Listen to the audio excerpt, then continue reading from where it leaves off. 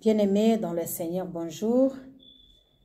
Un privilège encore une fois de plus pour moi de partager la parole de Dieu. Nous n'allons pas laisser la séance que nous avions commencée sans la terminer. Là où nous étions en train de parler des pères spirituels ou de parents dans la foi. Père dans la foi, n'est-ce pas? L'apôtre Paul est en train d'appeler Timothée, mon fils, dans la foi. Donc nous parlons aussi de père dans la foi.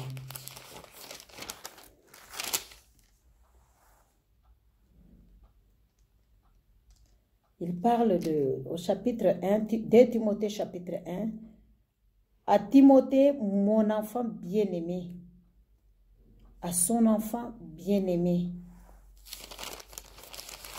Lorsque nous lisons le chapitre 1 Timothée 2, nous voyons qu'il nous parle de « À Timothée, mon enfant légitime en la foi ». Donc, si nous voulons parler aujourd'hui, nous parlons aussi des pères en la foi. Donc, c'est mieux comme ça. D'autres personnes appellent les pères spirituels, le mère spirituel, mais je voudrais qu'on parle de père en la foi ou mère en la foi. L'apôtre Paul est en train de bénir ou de dire de bonnes choses sur son fils, de l'encourager dans la foi et de le dire de tenir ferme dans la foi et de marcher dans la crainte de Dieu et de faire le travail comme un bon disciple. Alors, notre thème aujourd'hui, c'est de parler des pères en la foi. Et c'est ce que nous allons parler aujourd'hui. Bien-aimé, être un père, vraiment, il faut avoir un cœur. Il faut avoir un cœur.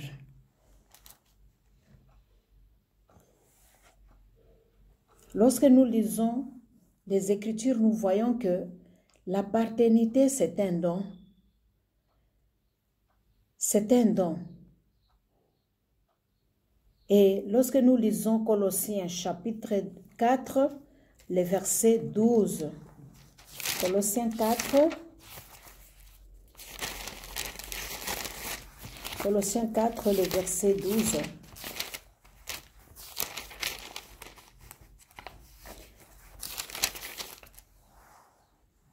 Épaphras, qui est de vôtre, vous salue, serviteur de Jésus-Christ. Il ne cesse de combattre pour vous dans ses prières, afin que, parfait et pleinement persuadé, vous persistiez dans une entière soumission à la volonté de Dieu. Nous voyons Épaphras en train de prier pour qu'il puisse vraiment persévérer et persister dans une entière soumission à la volonté de Dieu. Alors, nous voyons cela que c'est un fardeau, c'est une responsabilité, c'est une charge. Il est en train de prier pour à l'église d'Éphèse, n'est-ce pas? Il est en train de prier pour eux, pour qu'ils puissent résister et qu'ils puissent persévérer. Bien-aimés, lorsqu'on devient un père, on a une responsabilité. Nous allons partir dans Job 39 et le verset 21.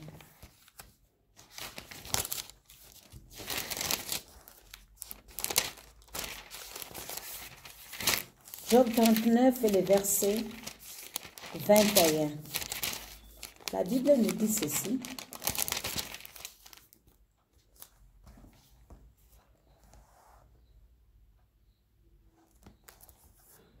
Je commencerai même par 19. Elle est dure avec ses petits comme s'ils étaient point à elle. Elle ne s'inquiète pas de inutilité de son enfantement, car Dieu lui a refusé la sagesse et ne lui a pas donné l'intelligence en partager. Car elle s'élève et prend sa course, elle se rit de cheval et de son cavalier. Bien-aimés, nous voyons, là c'est un animal. Un animal Autriche que Dieu n'a pas donné cette intelligence de veiller sur sa progéniture, de regarder. Donc, dès qu'il accouche, il laisse. Mais il aime faire des courses. Il aime vraiment voir comment est-ce que d'autres animaux vraiment sont en train, le cheval et autres cavaliers sont en train de courir. Mais lui-même, le verset 19 nous dit, il est dur envers ses enfants comme s'il n'était point à elle. Et puis, il ne s'inquiète pas de voir l'importance de l'enfantement. Il laisse et il abandonne. Et la Bible nous dit au verset 20 que Dieu lui a refusé la sagesse. Dieu ne lui a pas donné la sagesse, Dieu ne lui a pas donné l'intelligence. Bien-aimés, c'est là, si nous regardons seulement ce verset-là, nous allons comprendre que être un père, être une mère, c'est une responsabilité. Et si on ne parvient pas à garder les enfants ou que tu as mis au monde, tu ne t'inquiètes pas pour eux, c'est un handicap. C'est un défaut. C'est un défaut. Et comme j'ai dit dans la première vidéo, nous voyons de nos jours beaucoup de gens mettre des enfants au monde, mais ils ne sont pas à mesure de les garder. Ils ne sont pas à mesure de répondre à leurs besoins. Ils ne sont pas à mesure de prendre soin d'eux. C'est un handicap, c'est un défaut. Mais en réalité, ça ne devait pas se passer de la sorte. En réalité, un père, une mère doit garder son enfant. C'est pour cela, la fois passée, j'ai dit, on trouve beaucoup d'enfants dans la rue, on trouve beaucoup d'enfants avec des blessures, beaucoup d'enfants qui n'ont pas l'amour parce qu'ils n'ont pas vécu l'amour du père ou l'amour de la mère. Alors, ils en souffrent trop. Et c'est un problème aujourd'hui dans la société. Et il y en a d'autres qui fuient, ils ne veulent pas rester chez leur père et leur mère, ils veulent vivre dans la rue et faire des dégâts sur la rue. Alors nous voyons combien de temps que Dieu donne. Lorsque nous avions lu les passages de Colossiens, Épaphras, le temps qu'il prend pour prier, ça prend du temps, bien aimé. Ce n'est pas un seul jour qu'on peut tout mettre dans l'enfant. Vous-même regardez la manière dont nous avions grandi. C'est pas à l'âge où tu es bébé, ton père commence à te dire déjà, tu ne dois pas marier telle femme, tu ne dois pas marier un tel homme, tu ne dois pas faire ceci, ou bien tu ne dois pas t'habiller de la sorte. Non, non. C'est avec l'âge, dès que tu grandis, il y a des choses qu'on enseigne aux petits-enfants et au fur et à mesure que l'enfant grandit, l'enfant aussi acquiert des qualités et des morales, des leçons de morale et vraiment on lui conduit selon le Seigneur si on est chrétien. On lui montre le chemin à suivre et on devient le modèle pour lui. Parce que, comme vous le savez, les enfants imitent et tout ce qu'ils voient, ils imitent. Être un père, c'est un charisme. C'est une charge, c'est une responsabilité. Et comme j'ai dit, c'est celui-là qui vous engendre dans la foi qui est votre père. Mais il y a des pères qui engendrent, mais d'autres personnes aussi fait grandir. La Bible nous dit que ce n'est ni celui qui arrose, ni celui qui a sémé qui est grand, mais c'est celui qui fait croître. Donc quelqu'un d'autre peut s'aimer.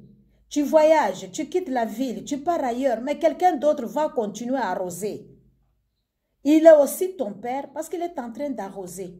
Mais Dieu lui-même qui voit ton cœur, Dieu lui-même qui voit cette sémence, qui a besoin de que tu sois un instrument entre ses mains, il va te faire croître. Mais ce n'est pas pour autant tu vas oublier le travail de celui qui a sémé ou de celui qui a fait croître. Parce que si je mets une sémence, je ne viens pas sarcler mon champ, je ne viens pas prendre soin. Bien aimé, il y a des insectes Il faut que je mette le produit insecticide, je mets pour que la semence puisse bien croître. Il faut que je puisse sarcler. Il faut que je mette encore la terre, n'est-ce pas, à la semence. Il faudrait vraiment entretenir, enlever des mauvaises herbes. C'est un travail. Et alors, après cela, nous allons voir que si c'est le maïs, ça va croître. Et nous allons venir prendre les épines. Et il y aura plusieurs graines dessus. Pourquoi? Parce que c'est un travail que quelqu'un a fait. Ça a pris du temps. Quand nous semons, ce n'est pas les mêmes jours que nous récoltons. Il faut que la semence meure pour que ça puisse croître. Alors, nous devons comprendre que le respect pour le Père n'est pas vraiment quelque chose d'exigeant automatique. Ça s'acquiert. Ce n'est jamais automatique.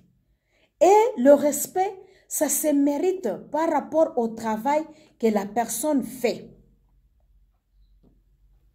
Je vais revenir à cela. Je pars dans Éphésiens chapitre 6, versets 1 à 3.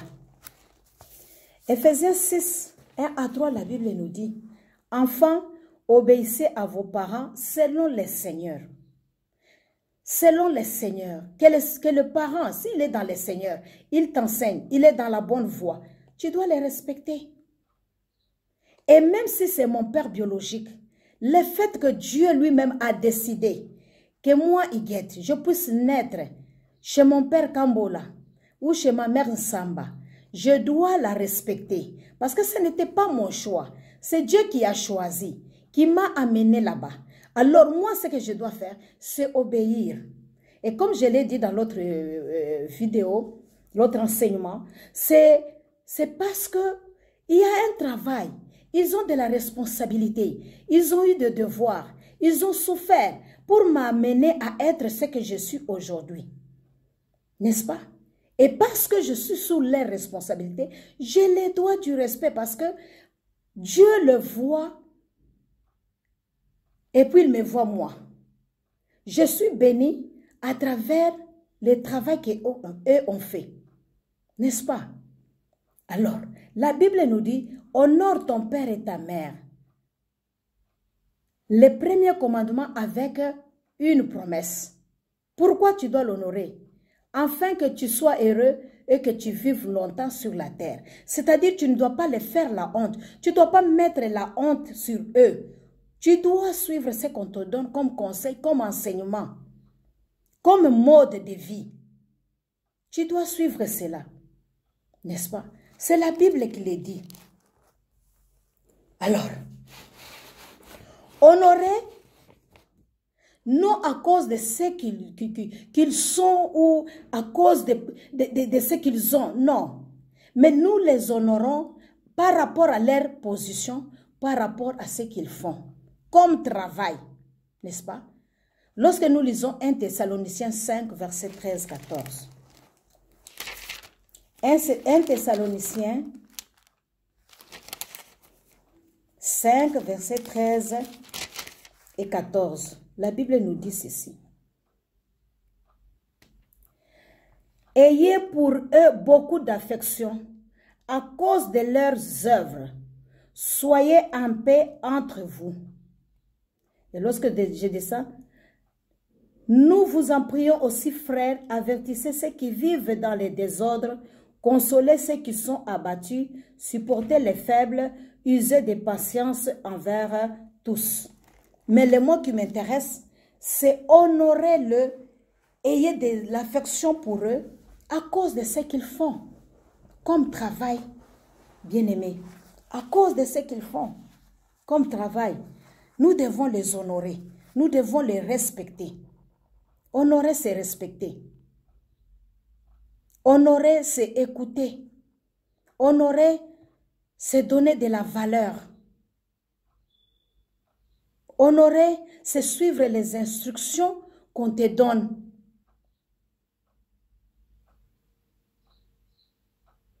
Le respect, c'est mérite, n'est-ce pas, par rapport au travail que la personne fait.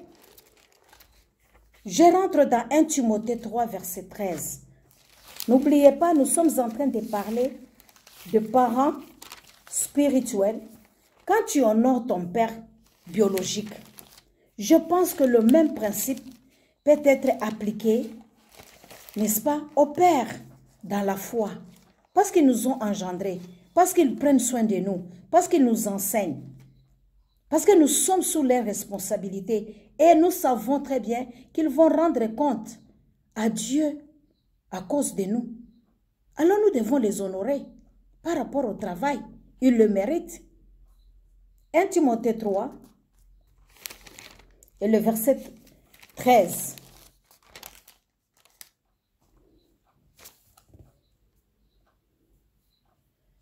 Car ceux qui remplissent convenable, je rentre même, je pars vers même le haut.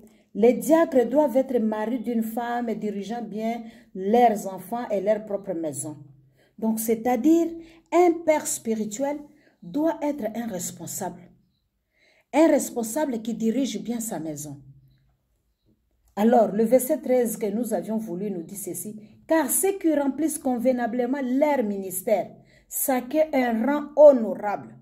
Si quelqu'un fait bien son ministère, il doit avoir ce rang d'être honoré. Les rangs d'être honorable dans la foi en Jésus-Christ. Ceux qui l'honorent, c'est qui? Ce sont ses enfants dans la foi. Et nous avions dit, les enfants, ce ne sont pas seulement les enfants que nous mettons au monde. Non, non.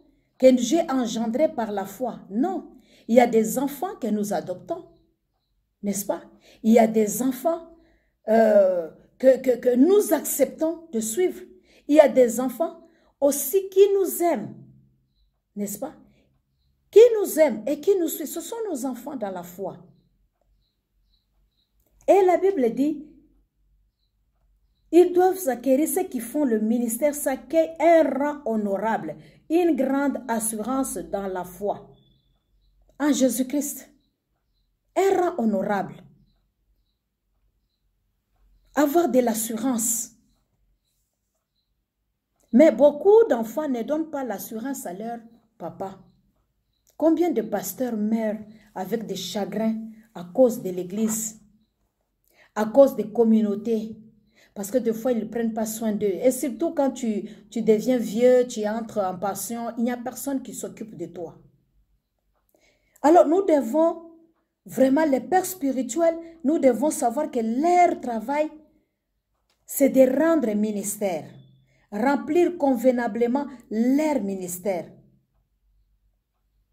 Alors leur comportement, leur travail nous amène à les rendre vraiment, à les considérer à un rang honorable. Nous devons leur donner l'honneur.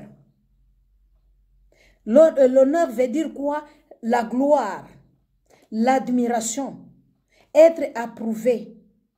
Parler avec eux dans l'assurance. Parlez-leur dans l'assurance. Parce qu'ils sont nos pères spirituels.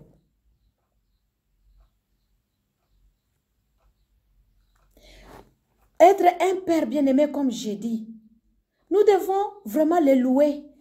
Ils sont nobles. Mais il y a des conditions pour être père. Mettre au monde ne suffit pas, bien-aimé.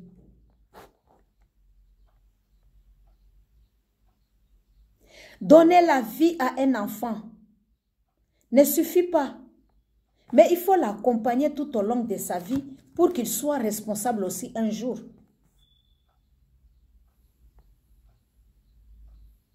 Voilà le rôle du Père dans la foi. Et nous allons trouver cela dans Colossiens 2 et chapitre 9. Colossiens 2, aujourd'hui je lis beaucoup Colossiens 2. La Bible nous dit, car en lui habite corporellement toute la plénitude de la divinité.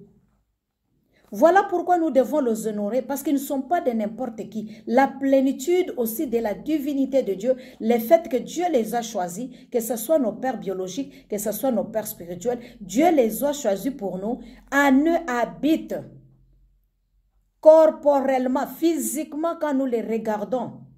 la plénitude de la divinité. Parce que la Bible nous a dit dans Ephésiens 6 que c'est un commandement qui est accompagné de quoi? Accompagné des promesses. Pourquoi? Parce que la divinité de Dieu habite en eux. Tu veux être béni, vivre longtemps sur la terre. Honore ton père et ta mère. La divinité de Dieu est en eux. Et quand ils vont parler, tu vas vivre longtemps. Mais si tu le maltraites, si tu ne les considères pas, comme nous avions dit hier selon Proverbe, Proverbe 30, le verset 17. Je voudrais lire cela.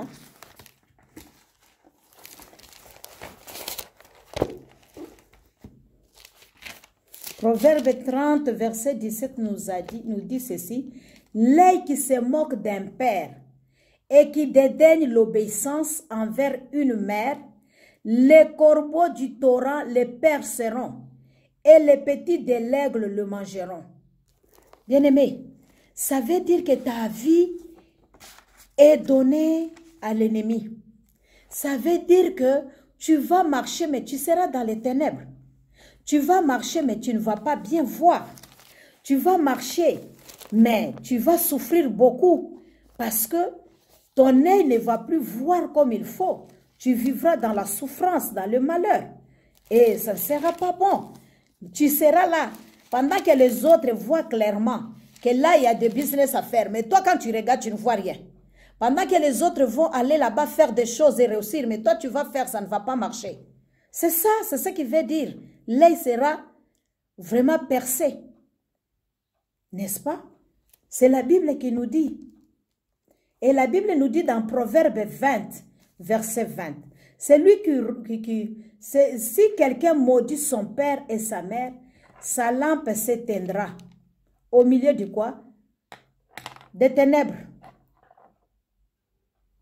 Au milieu du ténèbre, la lampe s'éteint. Imagine, toi, tu es en train de marcher. On dit, ah, l'ennemi arrive. Mais pendant qu'on dit l'ennemi arrive là, ou bien tu marches comme ça dans le ténèbre, mais toi, comment est-ce que tu vas voir? Tu ne sauras pas et ils vont t'attraper.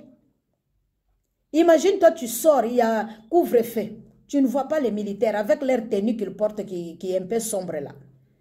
Mais toi, parce que tu es aveugle ou bien tu as des problèmes des yeux, tu as oublié, je ne sais pas, tes lunettes, c'est troué. Vraiment, tu ne peux pas voir.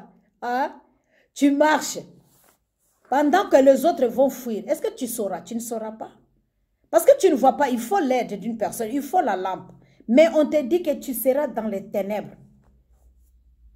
La lampe là va s'éteindre dans les ténèbres. C'est-à-dire que tu peux être au milieu de l'ennemi. On peut te tuer bêtement. On peut te percer des flèches. Et tu tombes, tu meurs. L'arme de l'ennemi peut te toucher. Pourquoi? Parce que tu n'honores pas ton père et ta mère. N'est-ce pas? Parce que tu les dénigres. Tu ne les considères pas. Tu ne leur donnes pas cette valeur. Et voilà ce qui va t'arriver. Et Colossiens 2 nous a dit, la plénitude de Dieu habite en eux. Voilà ce qui est attaché au Père. Donc le Père n'est pas n'importe qui. La plénitude de la divinité de Dieu est en lui. Acte 7, verset 2.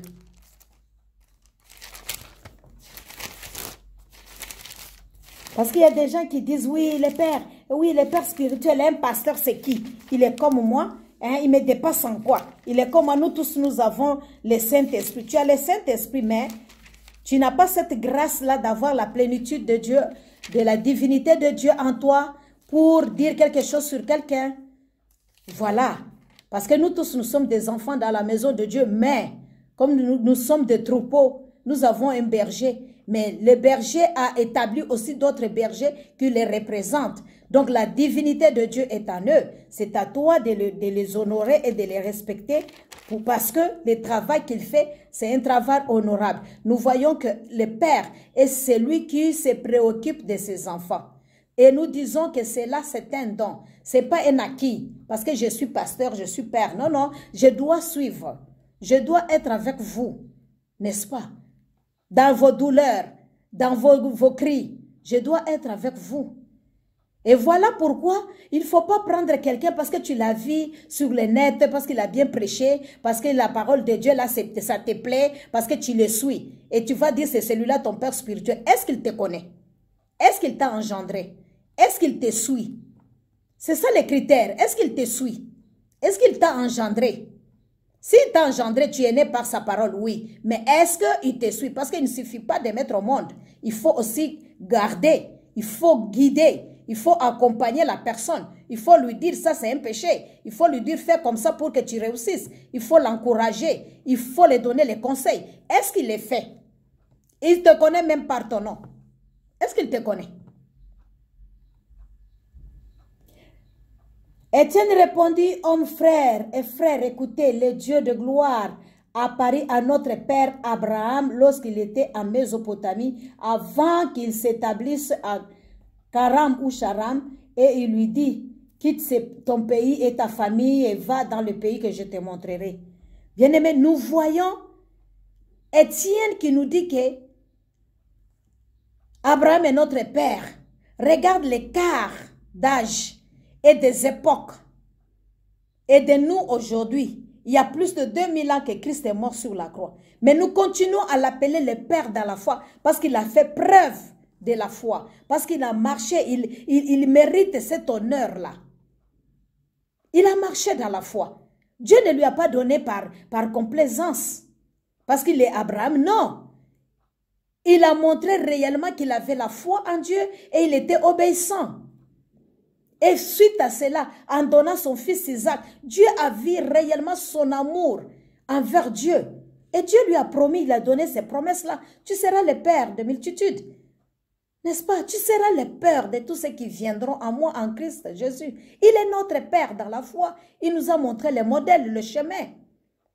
Le ministère qu'il a fait est honorable. Nous devons l'honorer. Et nous avions dit, honorer quelqu'un, c'est une noblesse. C'est-à-dire, il est digne de louange.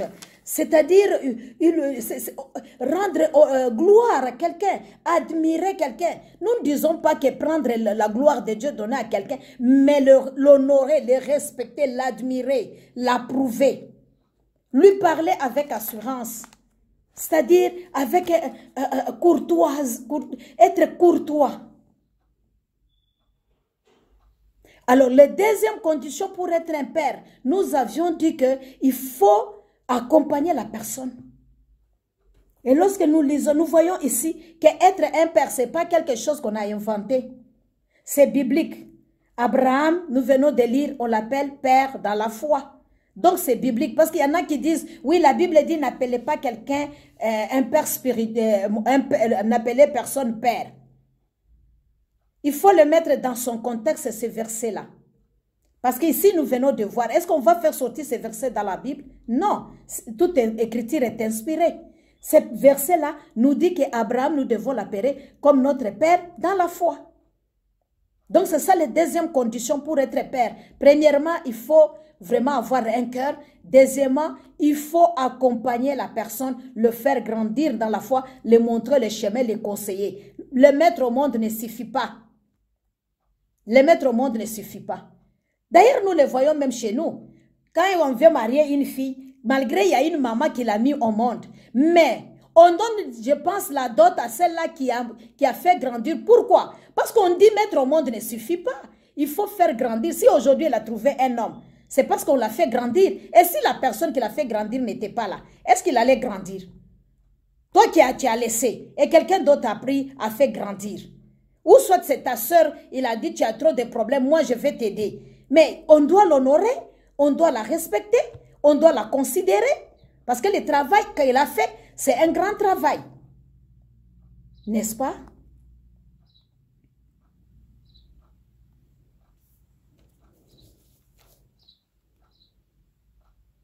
Je prends l'exemple toujours dans Acte 7, verset 22. Nous voyons l'exemple de Moïse. Moïse fut instruit dans toute sa sagesse de l'Égypte. Et il était puissant en parole et en œuvre. Ça lui vient d'où? Ça lui vient de l'éducation qu'il a reçue dans la maison de Pharaon. N'est-ce pas les avantages qu'on lui a donnés là-bas? Même quand il a grandi, comme on nous dit, c'est le père dans la foi. Et il a vu aussi que dans la foi, il est hébreu. Et il honore cela. C'est dans la foi. Après certain âge, 40 ans, il a pris la résolution de suivre la vraie voie. Mais ce n'est pas pour autant qu'il a dénigré Pharaon. Quand nous le voyons même aller devant Pharaon pour plaider pour les enfants de Dieu, c'était un autre Pharaon. Mais il ne le fait pas avec des insultes. Il ne le fait pas avec le dénigrement. Il parle exactement ce que Dieu lui a dit. C'est ça nous disons. Parlez avec assurance.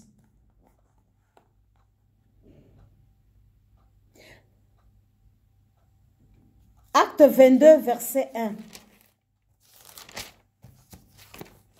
Nous sommes en train de parler de parents spirituels ou de pères spirituels. Acte 22, verset 1. Nous nous embarquâmes après être séparés d'eux et nous allâmes directement à Kos, le lendemain d'Hérode, et de là à Parata. Et là, c'est l'apôtre Paul qui... Oh, je suis dans Proverbe 21, excusez-moi, je suis dans Acte 21. La Bible nous dit dans Acte 22, « Honore et homme frère et père, écoutez ce que j'ai maintenant à vous dire pour la défense. »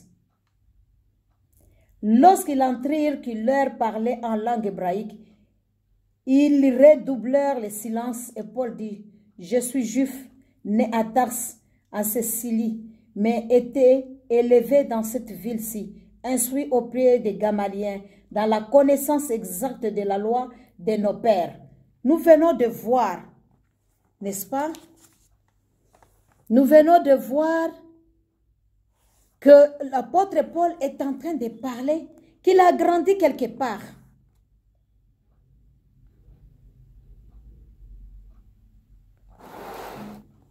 Qu'il a grandi quelque part et il cite, il donne valeur de là où de l'enseignement et tout ce qu'il a eu.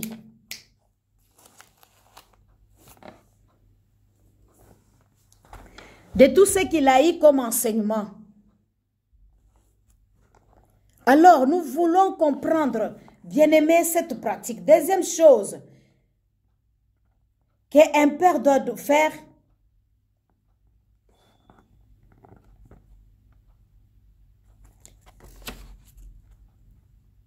bien-aimé, c'est prier pour ses enfants.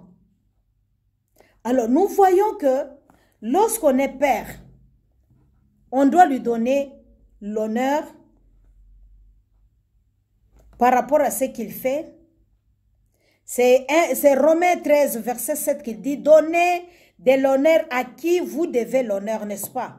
Donnez de l'honneur à qui vous devez l'honneur. C'est la parole de Dieu qui le dit. Crie non. Alors, nous allons lire la parole de Dieu dans Romains chapitre 13, verset 7. Nous voulons comprendre, bien aimé, je vais lentement. Ce n'est pas une prédication, c'est un enseignement. Je vais lentement pour que nous puissions comprendre. Romains chapitre 13, le verset 7. La Bible nous dit, regardez tout ce qu'il est réduit. Impôt, à qui vous devez l'impôt, les tribus, à qui vous devez les tribus, la crainte, à qui vous devez la crainte, l'honneur, à qui vous devez l'honneur. Ça, c'est l'apôtre Paul qui était en train d'enseigner sur la soumission et l'autorité. Que nous devons donner de l'honneur à qui nous le devons.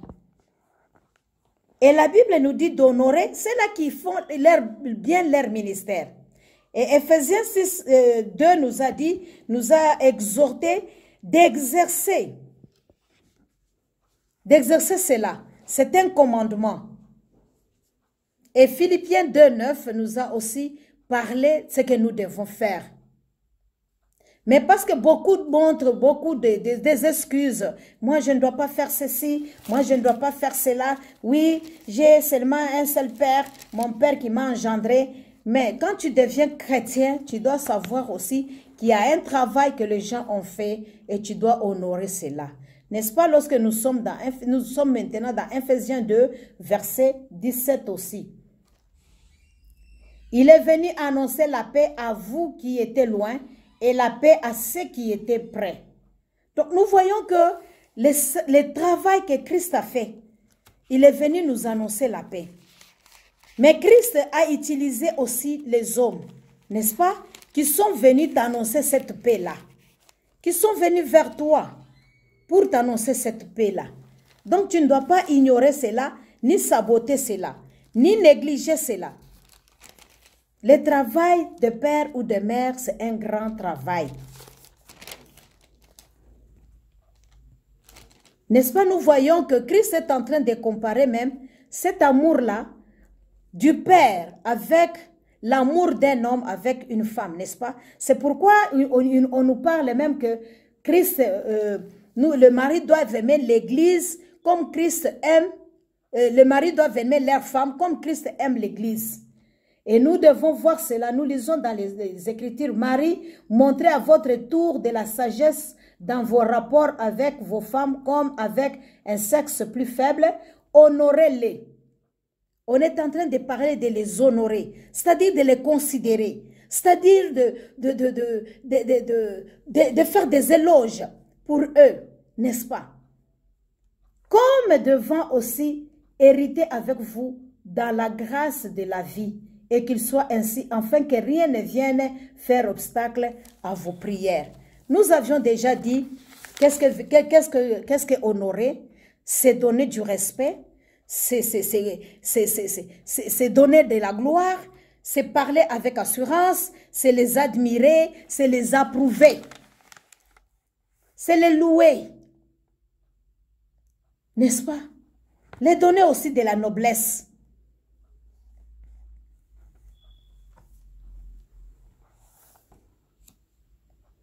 Honorer ne veut pas dire idolâtrer. Honorer, oui, mais pas pour en faire l'idolâtrie. N'est-ce pas? Lorsque nous sommes dans Ephésiens 6, verset 19, il ne faut pas faire l'idolâtrie. C'est ce qu'on est en train de nous parler. Il ne faut pas idolâtrer, il ne faut pas prendre quelqu'un, il prend la place de Dieu. Non, non. Il faut l'honorer, il faut le respecter, il faut vraiment faire des éloges, mais apprécier, en d'autres termes que je peux dire, mais pas les prendre comme vraiment un Dieu pour toi. Ça, ce n'est pas ce que la Bible nous dit. Je suis en train d'insister sur ça. Ce n'est pas ce que la Bible nous dit de faire de nos pères spirituels des idoles. Non, non, je ne parle pas de ça, je parle du respect. Ephésiens 6, verset 19.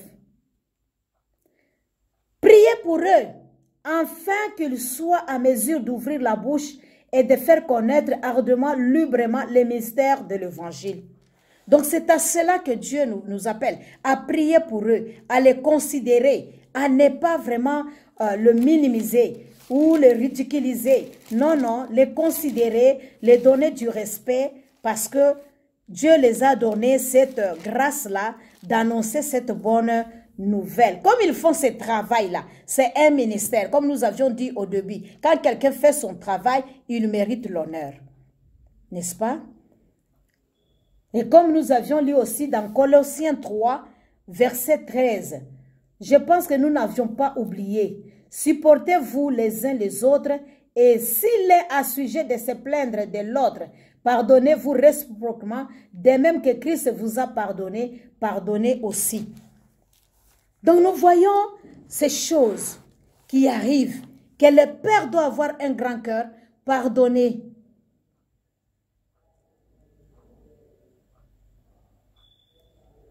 Lorsque nous lisons Romains 15, verset 30, nous voyons que l'apôtre Paul est en train de demander qu'on prie pour lui, n'est-ce pas? Qu'on prie pour lui, nous devons prier pour nos pères spirituels. Ça, c'est le devoir des fils. Nous devons prier pour eux, les supporter. N'est-ce pas? afin qu'ils puissent annoncer cette bonne nouvelle. Ça, c'est notre devoir de les aimer et de les accompagner dans ce qu'ils sont en train de faire comme travail. Le verset 30 dit, « Je vous exhorte, frères, par notre Seigneur Jésus-Christ et par l'amour de l'Esprit, à combattre avec moi, en dressant à Dieu des prières à ma faveur. » Voilà. Dieu les donne un cœur compatissant. Ce n'est pas facile de le faire. Mais nous, notre devoir en tant que pasteur, en tant que fidèle, en tant que, je ne sais pas, diacre, en tant qu'ancien, en tant que chrétien, nous devons vraiment les supporter, prier pour eux et aussi ensemble avec nous. Prions ensemble pour cette cause de l'évangile. Et nous voyons aussi, comme nous avions lu dans Philippiens 1,19, qu'il y avait l'assistance de Jésus-Christ de prier vraiment pour les saints. Alors nous devons prier pour eux. Première vraiment devoir et deuxième devoir et obligation, en dehors de les accompagner, en dehors vraiment de connaître qu'ils doivent faire leur travail comme il faut. Troisième chose, nous devons prier pour eux. Ça, c'est le devoir de fidèles et aussi le devoir du pasteur de prier aussi pour ses fidèles. Ça, c'est la quatrième raison d'avoir de pères spirituels. Bien-aimé, lorsque tu lis par exemple Ézéchiel, tu peux lire Ézéchiel chapitre 4, le verset 4 à 5. Bien-aimé, tu vas voir les exigences que Dieu donnait à Ézéchiel lorsque le peuple d'Israël commettait le péché. Il ne voulait pas, vraiment obéir à Dieu. Lui, en tant que prophète, lui, en tant que père établi sur cette nation-là, parce que jadis, comme vous savez, Dieu appelait les prophètes, les rois, n'est-ce pas, et les sacrificateurs. Mais c'est-à-dire, ce sont des gens qui étaient au service. On peut les considérer aussi comme un parent à cette époque-là et à cet endroit-là, spirituel qui était établi là-bas. Et Dieu les révélait, leur disait ce que le peuple doit faire.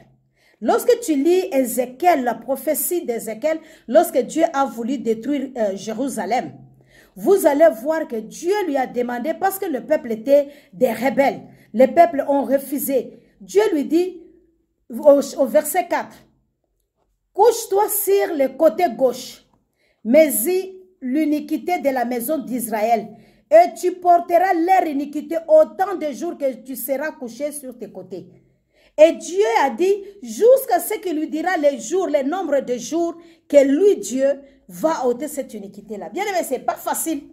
Tu vois les exigences qu'on lui donne. Tu vois les obligations qu'il a à faire. Ce n'est pas facile. Il prie. Il prend en charge le peuple de Dieu. C'est l'iniquité des autres personnes que lui est en train vraiment de dormir d'un seul côté. Il faut du courage. C'est la souffrance, n'est-ce pas? C'est la souffrance. Il doit plaider pour ça. Et il reçoit même des interdictions. Il souffre en privé. Voilà ce que le Père est en train de faire. Parce que beaucoup vont dire, ah, qu'est-ce qu'il fait pour moi? Voilà le travail qu'ils sont en train de faire. Et lorsque tu lis toujours Ézéchiel 4, le verset 12, ça va t'étonner. Peut-être tu n'as jamais lu ce verset-là. La Bible dit quoi? Tu mangeras des gâteaux d'orge et tu feras cuire en leur présence avec des excréments humains. Bien-aimé, quelle souffrance! Tu ne dois pas prendre de bois. Tu ne dois pas mélanger avec autre chose. Mais les excréments, tu dois prendre ces saletés-là. Venir mettre le feu, préparer et manger. Vous-même, vous savez.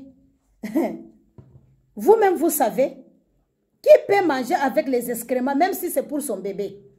Qui peut être laissé là, ça reste tous les jours, avec les mouches, avec toutes choses, avec l'odeur et tout ça. Mais Dieu lui dit, il va manger, bien-aimé. Vous voyez les sacrifices qu'il fait. Ça lui demande beaucoup. Ça lui demande beaucoup. Ça lui demande beaucoup. Et les révoltes et les conséquences, quand tu lis Nombre 15, tu vas voir comment est-ce que les enfants d'Israël, malgré Moïse a marché devant eux, comment est-ce qu'ils se sont révoltés contre lui. Donc les révoltes, c'est quelque chose qui n'est pas nouveau, c'est depuis longtemps. Mais ce que nous devons faire, c'est aller auprès du Seigneur et parler. Dieu parle de la révolte de Corée contre Moïse. Alors, nous regardons aussi la vie de David. David vraiment avait un cœur d'un père avec son fils Absalom.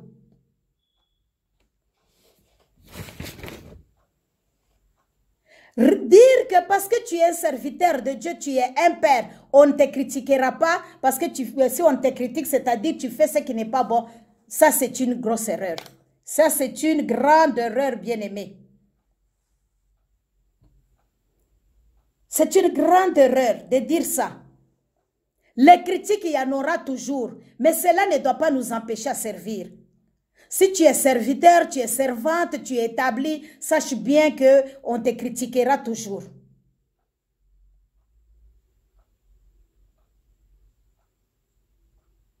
Mais qu'est-ce que David a fait? David, il fouillait même son fils Absalom. Il disait peut-être Dieu le permet que certaines choses m'arrivent parce que je commis des péchés, des erreurs. Lorsque tu lis 2 Samuel chapitre 15, 2 Samuel chapitre 18, aussi les chapitres 19-20, tu es dans 18-20 à 33, tu es dans Samuel 15, 31, 23 plutôt, 31 à 34 aussi.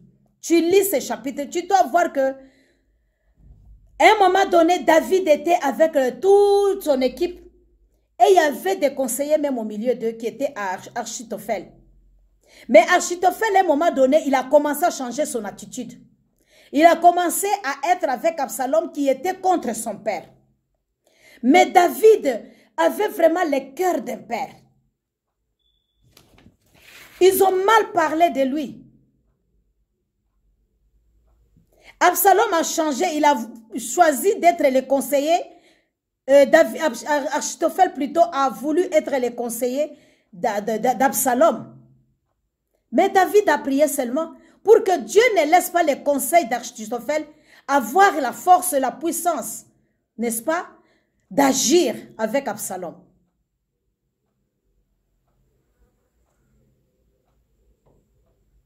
Donc ça, c'était dans les cercles proches de David. Et souvent, quand il y a des gens qui sont trop proches, qui s'habituent vraiment aux hommes de Dieu, cette affinité-là, ça fait que certaines perdent le respect. Parce qu'on s'habitue dans les choses de Dieu. Ce n'est pas seulement auprès des hommes de Dieu, même dans l'église. Beaucoup de gens, les faits de s'habituer aux choses de Dieu, de prêcher, de modérer, de visiter, de prier pour les malades, de faire des miracles, vraiment de faire des prophéties ou vraiment d'exhortation, vraiment d'être considéré. Vraiment, des fois, à un moment donné, les gens s'habituent à Dieu. Parce que moi, j'avais entendu même un serviteur vraiment un jour qui dit, oui, quand tu fais les péchés là, tu jeûnes 40 jours, hein, tu vas voir que tu rétabliras, Dieu te rétablira, tu recommences encore. Et quel péché qu'il disait, c'était le péché d'impudicité. Mais ça, c'est s'habituer avec Dieu. Ça, c'est s'habituer avec Dieu. Tu t'assois dans le mal. C'est pas bien. Mais nous voyons que David qui avait le cœur de père, malgré cela, il aimait Absalom. Quand Absalom a commencé à le combattre, à faire des choses contre lui, la Bible nous dit, même quand tu lis ces trucs-là, en tout cas, il a couché même avec les concubines de son père. Mais le père, lorsque tu lis chapitre 18, 33, tu vas trouver que David avait toujours de la compassion.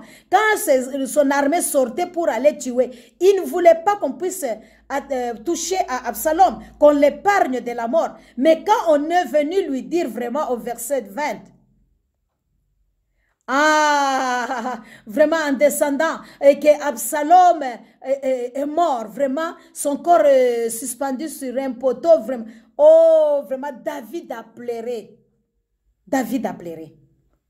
Il y a même un cantique que nous chantons. Daoudi alilia Absalome, Daudi alilia Absalome, mwana wangu, mupendwa wangu. Absalome yo, mwana wangu, mupendwa wangu.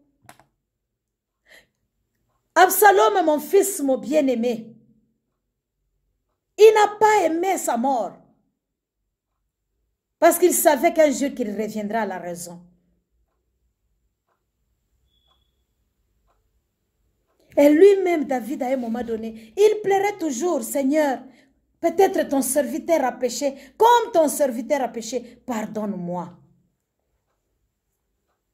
Bien-aimé, le travail d'un père n'est pas facile. L'honneur que nous lui donnons, c'est parce qu'il a de la valeur à nos yeux. Parce qu'il représente quelque chose à nos yeux. Alors si cela est vrai, nous devons l'honorer.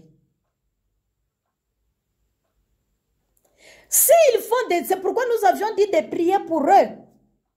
Quatrièmement, parce que s'ils font des scandales, ces scandales-là nous seront collés. On va dire, ah, n'est-ce pas leur pasteur? Ah, n'est-ce pas leur serviteur?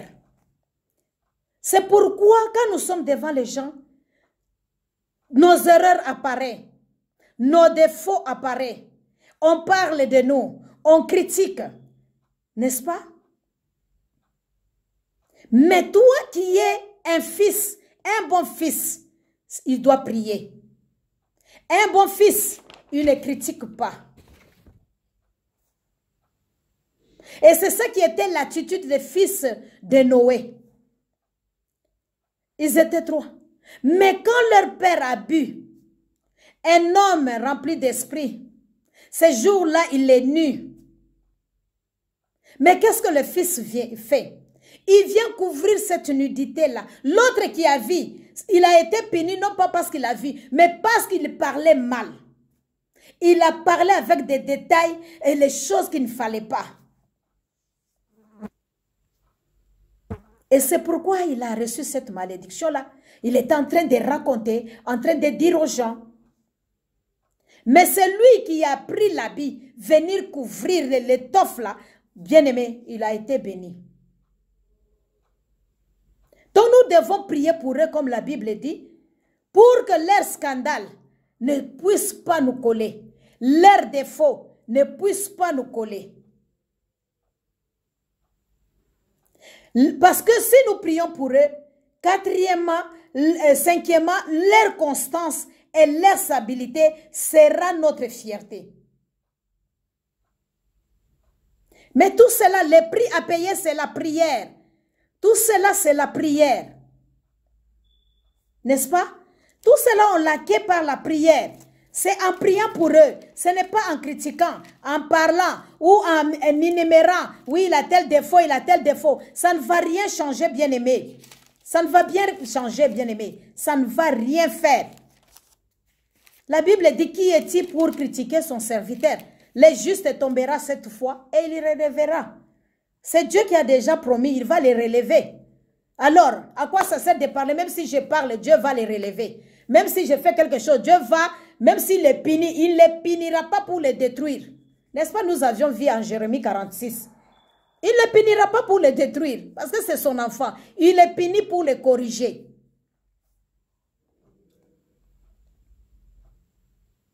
Galates 2, verset 13.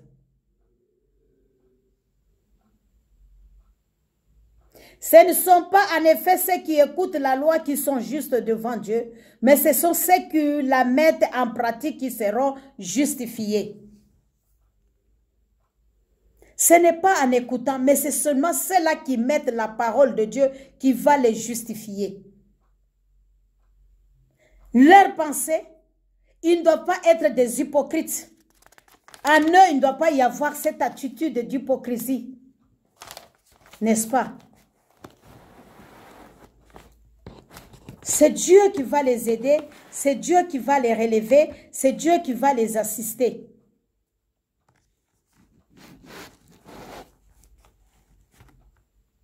En mettant la parole de Dieu en pratique. Oh bien-aimé,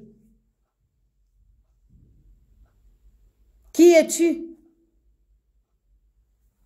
Un bon enfant ou bien celui qui relate la nudité de son père?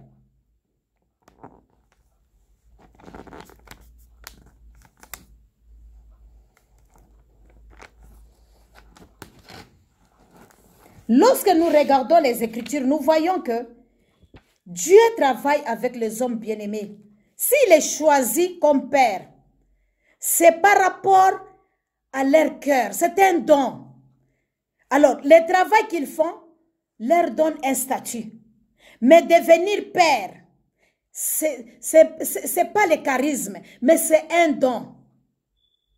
C'est un don de Dieu bien-aimé. Comme je vous ai dit, comme je vous ai cité,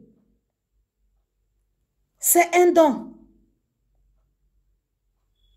Comme Moïse, ce qu'il a fait, comme David, ce qu'il a fait, et tant d'autres dans la parole de Dieu. Et aujourd'hui, nous avons aussi d'autres hommes de Dieu, femmes, qui sont aussi des mères et des pères, qui sont en train de conduire. C'est un don. Il faut avoir d'abord la compassion des âmes. Si tu n'as pas cette compassion-là, de l'être humain, bien aimé, tu ne sauras pas supporter.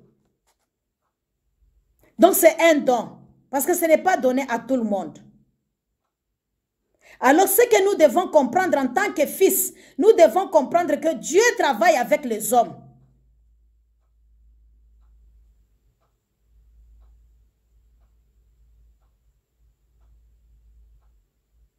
Regardez l'exemple, c'est pourquoi j'ai dit les critiques ne manqueront pas. Regardez Moïse, lorsque nous les regardons, il n'était pas parfait. Il avait la colère en lui. Mais Dieu travaille avec lui dans cette imperfection-là. Il le travaille pour l'amener vers la perfection. Il travaille avec lui. Lorsque nous regardons l'apôtre Paul, n'est-ce pas? Quand ils étaient en problème avec Barnabas, c'est le problème de Jean-Marc et tout ça.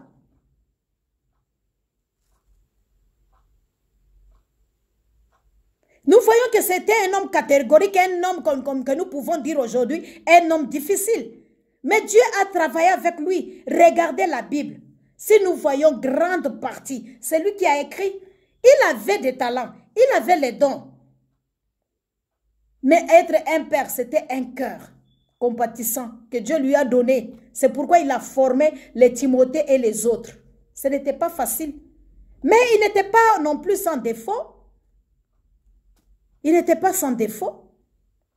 Lorsque nous regardons Jésus-Christ lui-même, la femme qui est venue pour demander vraiment la guérison de son enfant. Qu'est-ce que Jésus lui a répondu?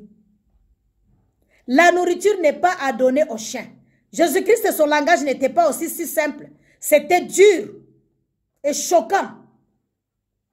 Mais la femme a regardé ce qu'elle suit. Qu'est-ce qu'elle suit? De recevoir quelque chose du Maître, du Seigneur. Jésus lui dit, la nourriture n'est pas pour le chien, c'est pour les enfants. Et qu'est-ce qu'elle répond?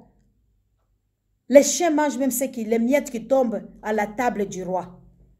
Et Jésus-Christ s'est tourné, il a dit, je n'ai jamais vu une fois pareil. Bien-aimé, si c'est aujourd'hui, là, tu dis à quelqu'un que tu es chien dans l'église,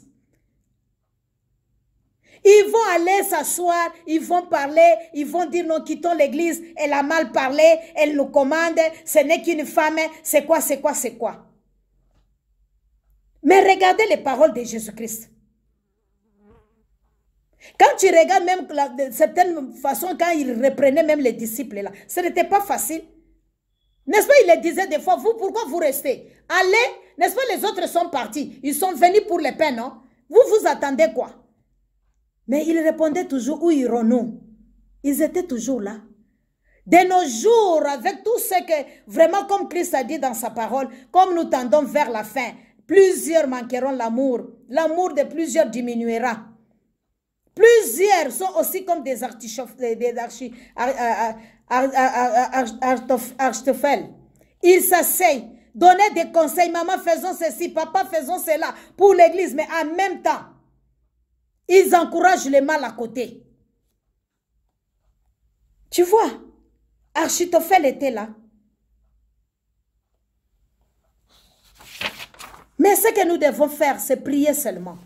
C'est prier seulement. Le travail d'un père n'est pas facile.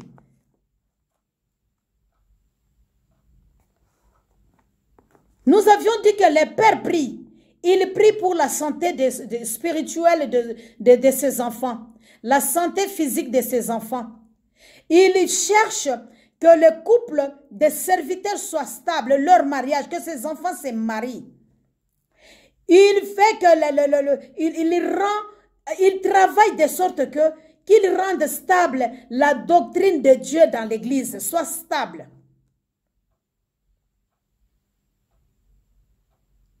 Il prie pour les fréquentations de ses enfants, afin qu'eux aussi, à leur tour, qu'ils puissent être influents, qu'ils grandissent, qu'ils soient plus grands que lui. C'est ça les prières d'un père. Et les fils aussi doivent prier pour les pères. Les gens qu'ils fréquentent, les gens qu'ils voient, les livres qu'ils lisent, que ce ne soient pas des livres qui peuvent les détruire ou qui peuvent les amener à aller en dehors de la volonté de Dieu, mais par contre, qui les amène vers le salut. Donc, priez pour ces lectures et tout ce qu'il fait, que l'Esprit de Dieu puisse vraiment les saisir.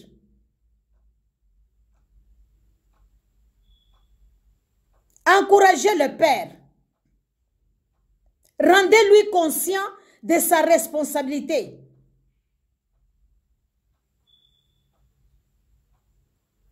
« 1 Samuel, chapitre 31, le verset 3.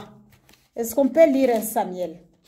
Donc, le travail d'un père bien-aimé, ce n'est pas un travail inutile. Et ce n'est pas que ne pas avoir un père, c'est bon, c'est anormal. Il faut être sous la responsabilité de quelqu'un. C'est ce qui montre que vous êtes soumis. Je lis le verset 3. Les Philistins ont vaincu les Israélites vaincus par le Philistin. L'effort du combat porta sur Saül. Les Achères atteignent et les blessés grèvèrent. Nous voyons qu'il y a eu le combat. Mais ce combat-là, c'est tombé sur Saül. Donc c'est pourquoi nous devons prier. Quand il y a des combats dans l'église, quand il y a des combats qui attaquent les enfants de la maison de Dieu, ces combats-là, ça tombe sur l'homme de Dieu.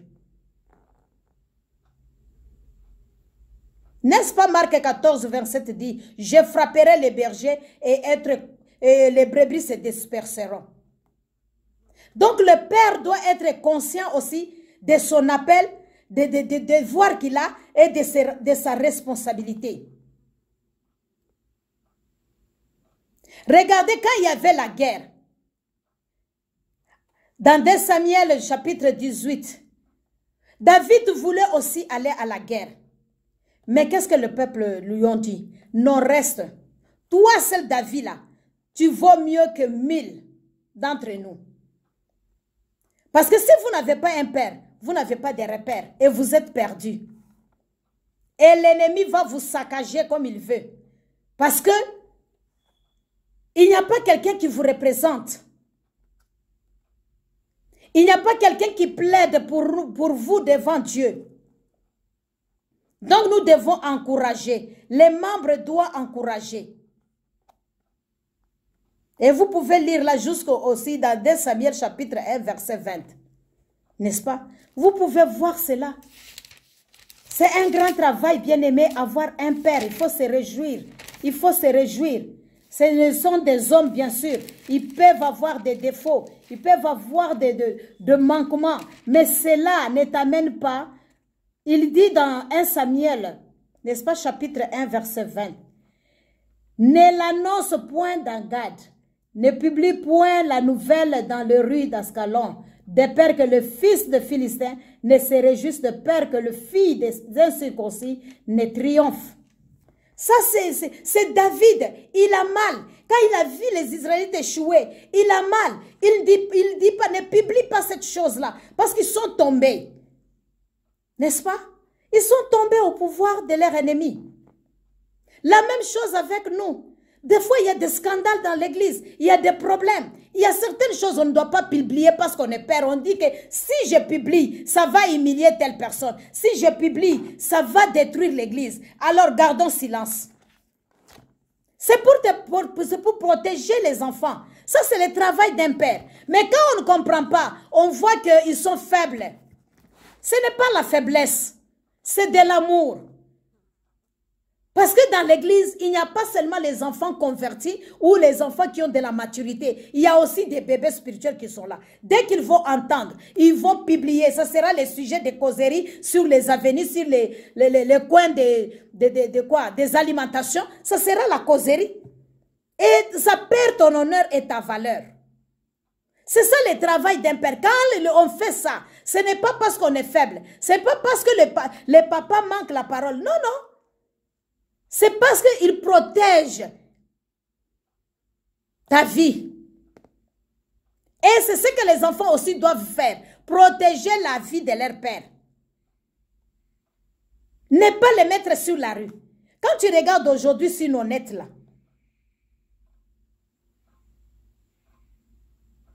tu vas voir, ce sont des enfants de Dieu qui mettent le péché des pasteurs là-bas, la nudité des pasteurs. Les gens qui tombent, qui ont fait l'impudicité ou bien on l'a attrapé, et les enfants de Dieu, il va multiplier 100 fois ces vidéos, il va donner à tous les gens qui sont sur sa page. Mais est-ce que tu ne peux pas aller les voir et le reprendre avec joie, avec amour, avec discrétion? Beaucoup de gens ne parviennent pas à faire bon ministère. Pourquoi? Parce qu'il n'y a personne qui les encadre. Beaucoup de gens tombent dans les pièges de Satan. Pourquoi? Parce qu'ils sont seuls. Ils ne sont pas redevables. Il n'y a personne qui leur demande qu'est-ce que tu as fait, tu as été où.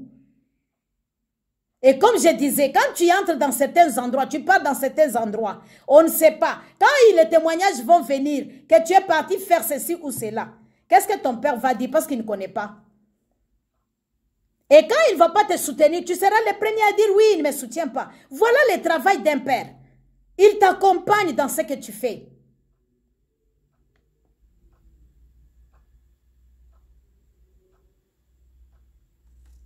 Et pourquoi les enfants ne soutiennent pas leur père? À cause de mauvaises compréhensions ou interprétations des Écritures. À cause de mauvaises, je ne sais pas, idées ou perception que les gens ont pour tel ou tel père spirituel et ils te parlent pour te décourager. À cause de mauvaises théologies, n'est-ce pas? Pourquoi les enfants ne peuvent pas aussi venir dire à papa clairement, ah, dans la foi, et tu gardes, tu fermes ta bouche? Parce que la manière, nous avions dit, il faut leur parler avec quoi? Avec assurance. C'est que réellement que tu as vu ou ce que réellement que tu as entendu. Tu parles avec assurance.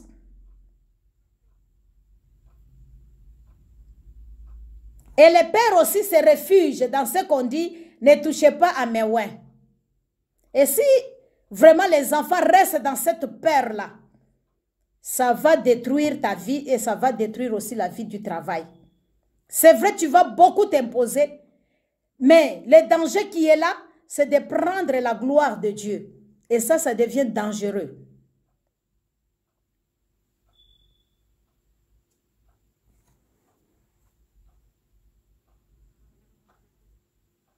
Dans Galates 2,15, nous avions vu le Père a répondu au Fils.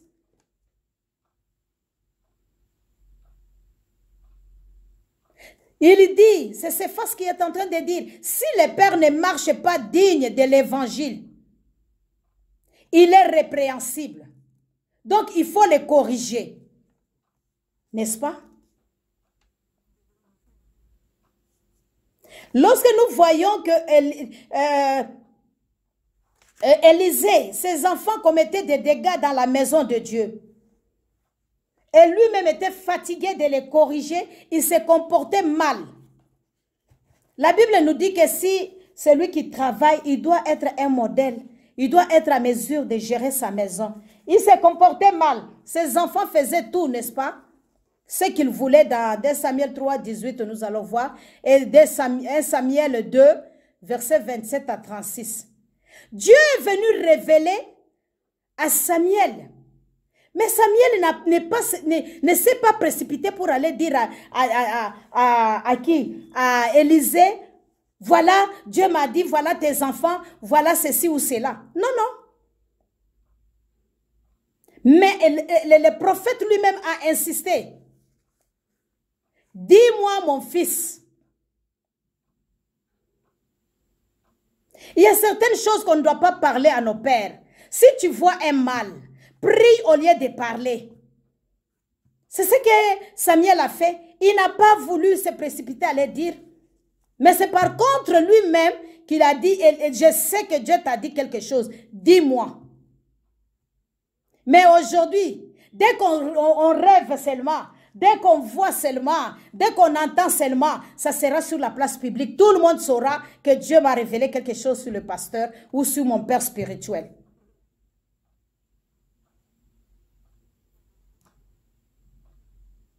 Lorsqu'on veut parler à un homme de Dieu, bien à ton père ou à ta mère spirituelle, il faut y mettre aussi des manières.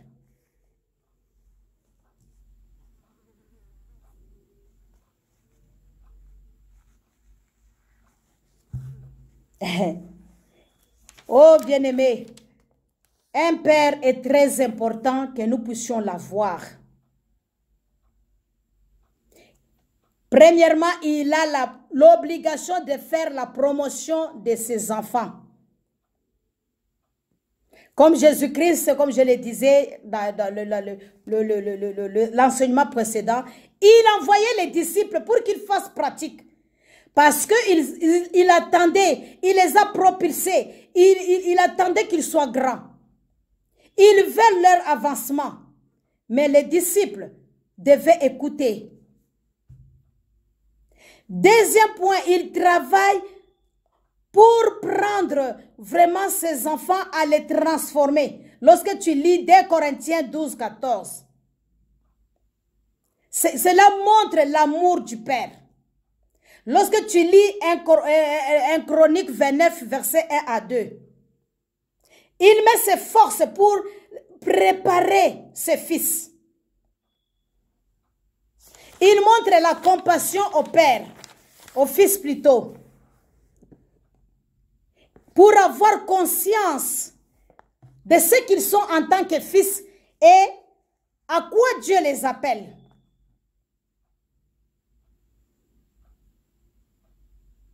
Il leur parle aussi de certaines choses qu'il ne peut pas parler peut-être en public, qu'il ne peut pas peut-être exposer cela. Oh bien-aimé, être un père, c'est un don. Comme David a fait, malgré son fils a mal péché, a mal fait contre lui. David avait un cœur de douceur. Sur le terrain de guerre, il n'a pas précipité pour tuer Absalom. Les pères refusent toujours que quelqu'un d'autre puisse faire du mal à son enfant. C'est pourquoi l'amour, la Bible dit, couvre la multitude de péchés. Et il y a beaucoup de choses aussi, le père peut cacher à son fils à cause de l'amour. N'est-ce pas? Vous pouvez lire aussi le psaume 103, versets 8 à 10. Et vous sautez, vous lisez aussi 13 et 14. Je tends vers la fin.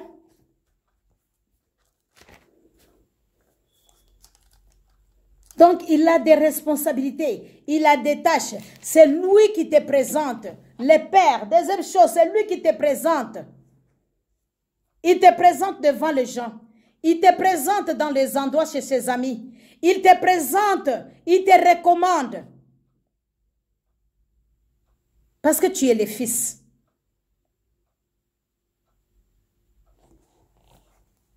Beaucoup de gens ne partent pas loin dans leur ministère. Partir loin, je ne dis pas avoir des milliers de fidèles. Être fidèle, exercer ce que tu fais et tu récoltes le fruit.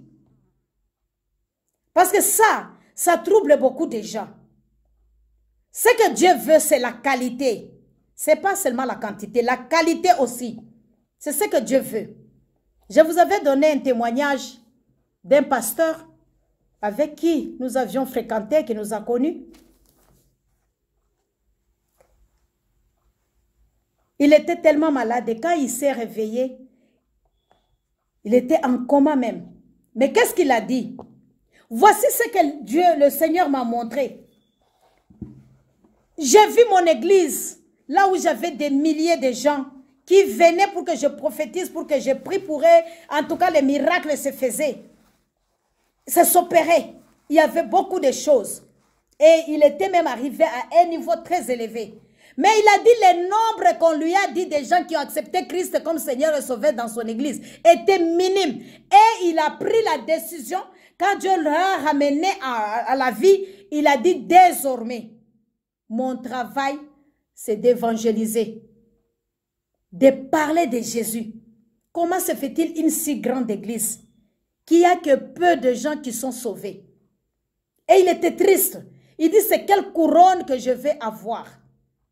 Donc voilà, le nombre c'est rien, mais la qualité vaut la peine. Mais nous ne disons pas que nous devons aussi rester dans cette médiocrité-là, refuser de croître pour dire que nous allons rester moins nombreux pour avoir une bonne qualité. Non.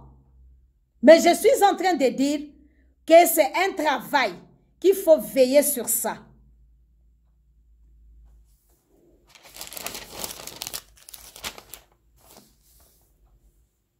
Parce que des fois aussi, quand ça ne marche pas, on se réjouit. Ah, même si on est deux, ça nous suffit. Non, non, ça ne nous suffit pas. Je ne dis pas dans ce sens-là. Mais je suis en train de parler, de dire, au moins, on vérifie, on voit. Est-ce que les gens ont reçu Christ comme Seigneur et Sauveur réellement? Est-ce qu'ils sont assis dans la foi? Est-ce qu'ils connaissent réellement Christ? Est-ce qu'ils ont une relation avec Dieu? Ça suffit. Le reste, Dieu lui-même qui fait croître, va faire le reste.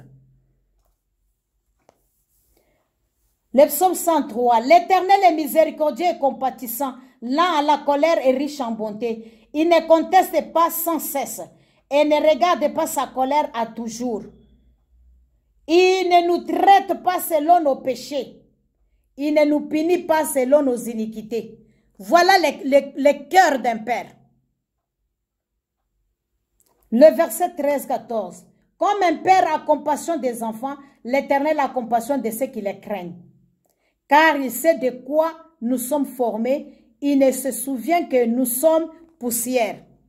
Dieu sait que nous sommes poussière. Dieu sait de quoi il nous a formés. Mais c'est lui seul qui nous purifie, c'est lui seul qui nous sanctifie, c'est lui seul qui nous donne la force. Donc, ne néglige pas le père ou ta mère spirituelle par défaut, parce que tu as vu ceci, parce que tu as vu cela. Dieu seul rejette les péchés. Dieu seul pardonne. Lui seul est parfait et juste. Donc, de la même manière que toi, Dieu te pardonne et tu te crois être vraiment en forme et être celui qui est saint, et tu ne peux pas suivre celui qui n'est pas saint, de la même manière, Dieu peut pardonner aussi ton père spirituel ou ta mère spirituelle. Il peut aussi les pardonner.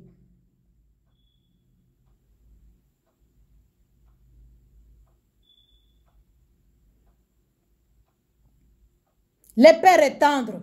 Nous venons de voir que notre Dieu est tendre. C'est lui qui fait de sorte que nous puissions vraiment éviter tout péché et nous amener à la pureté, vraiment, et que nous puissions exercer. La Bible nous dit, il ne conteste pas toujours. C'est-à-dire, il n'est pas toujours en procès et ne garde pas rancune. Après un certain temps, il oublie. À cause de la compassion, il nous traite différemment selon nos péchés. Et c'est ce qu'un père, une mère doit aussi faire. Il sait de quoi il nous a formés. Des fois, nous sommes trop exigeants envers les autres. Comme je l'ai dit, en oubliant nous-mêmes qui nous sommes. Et en oubliant les mal que nous faisons. On oublie souvent, on pointe les doigts aux autres. Non, c'est lui qui m'a fait, c'est lui qui a dit, c'est lui qui a fait ceci. C'est bien. Mais est-ce que nous avions eu le temps de nous rendre compte nous-mêmes spirituellement, de nous observer vraiment attentivement de ce que nous sommes aussi devant Dieu ou bien devant les autres?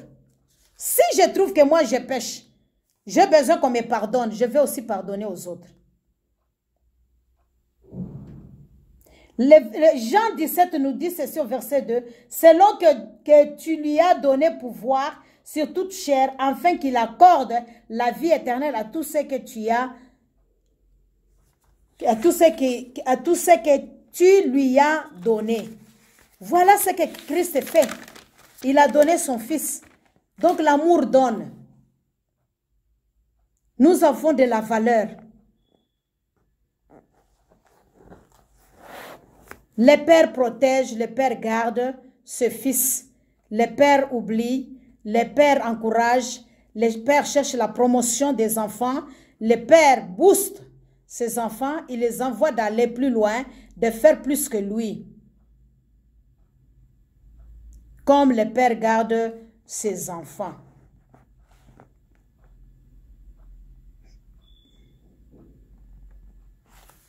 Alors, nous devons aussi suivre cela. Nous devons aussi suivre cela et nous devons mettre cela en pratique.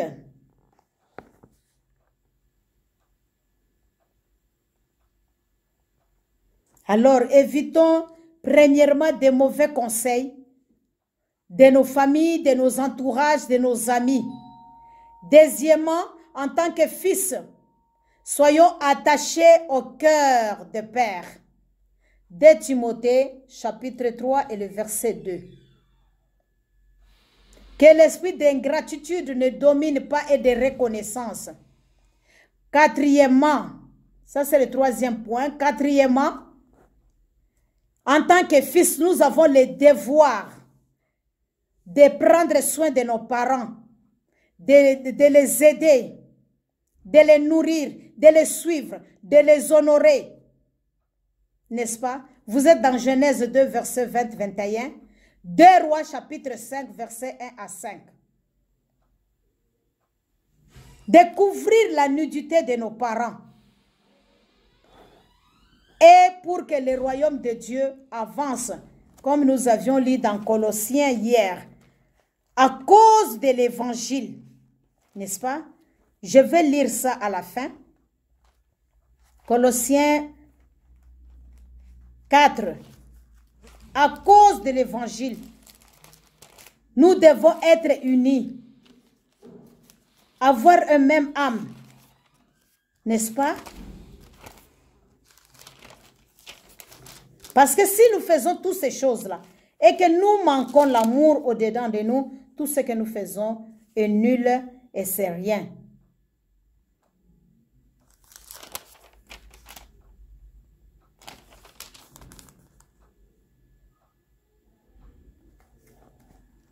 Et quatrièmement,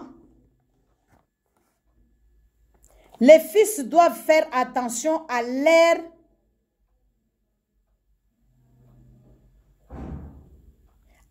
façon de voir les choses, à leur façon de parler, à la responsabilité qu'ils ont pour leur père.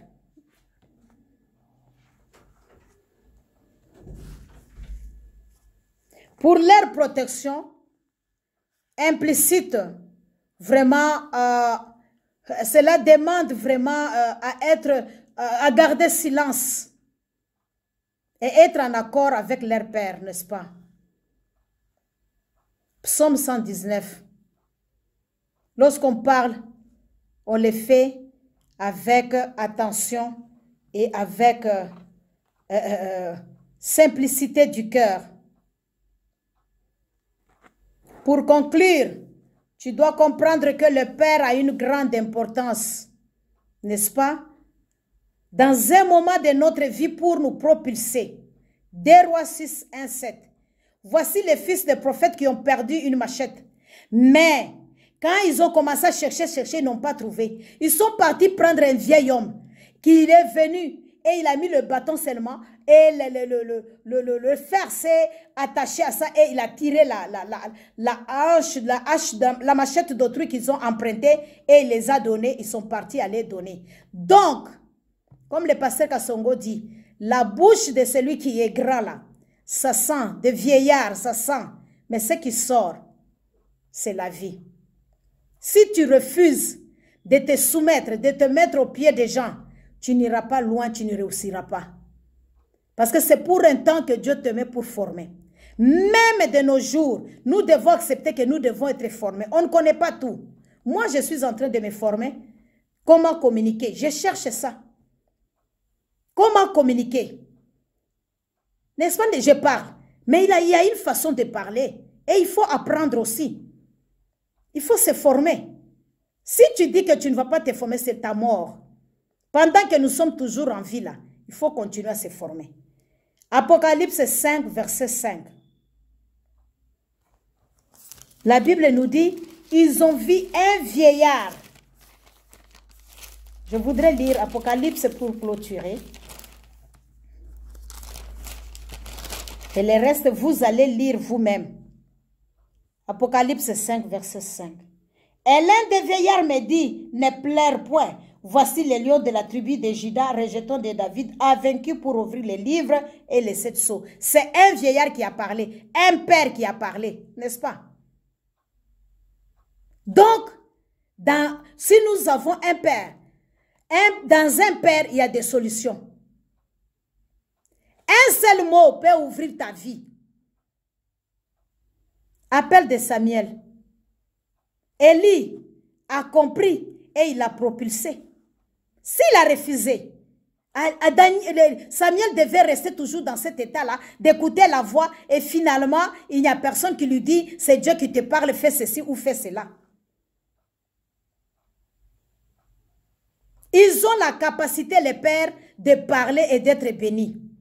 Deutéronome 33, verset 25. La bénédiction. Genèse 27, 27 à 29. Genèse 49 jusqu'à 28, 1 à 28. Nombre 6, 20 à 27. Bien-aimé, pour réussir, il faut aussi qu'un père dise quelque chose.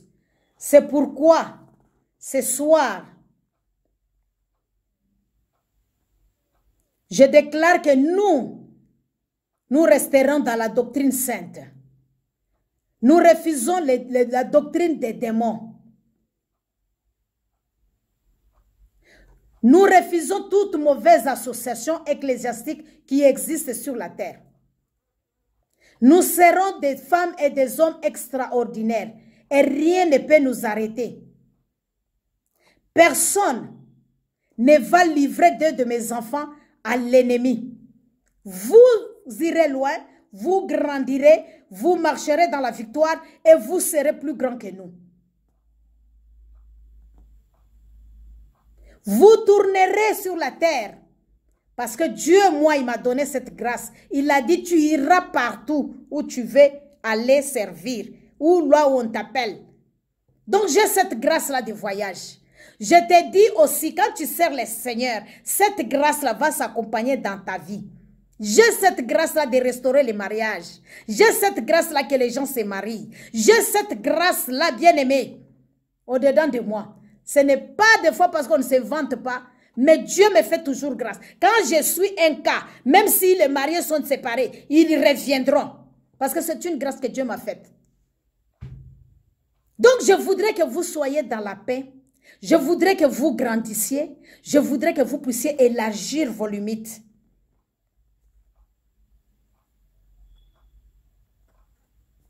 Il y a des calomnies, il y a des accusations gauche-droite. Mais vous, ça ne vous détruira pas. Parce que ça ne m'a pas détruit. Vous, ça ne vous détruira pas. C'est une grâce qui est à moi.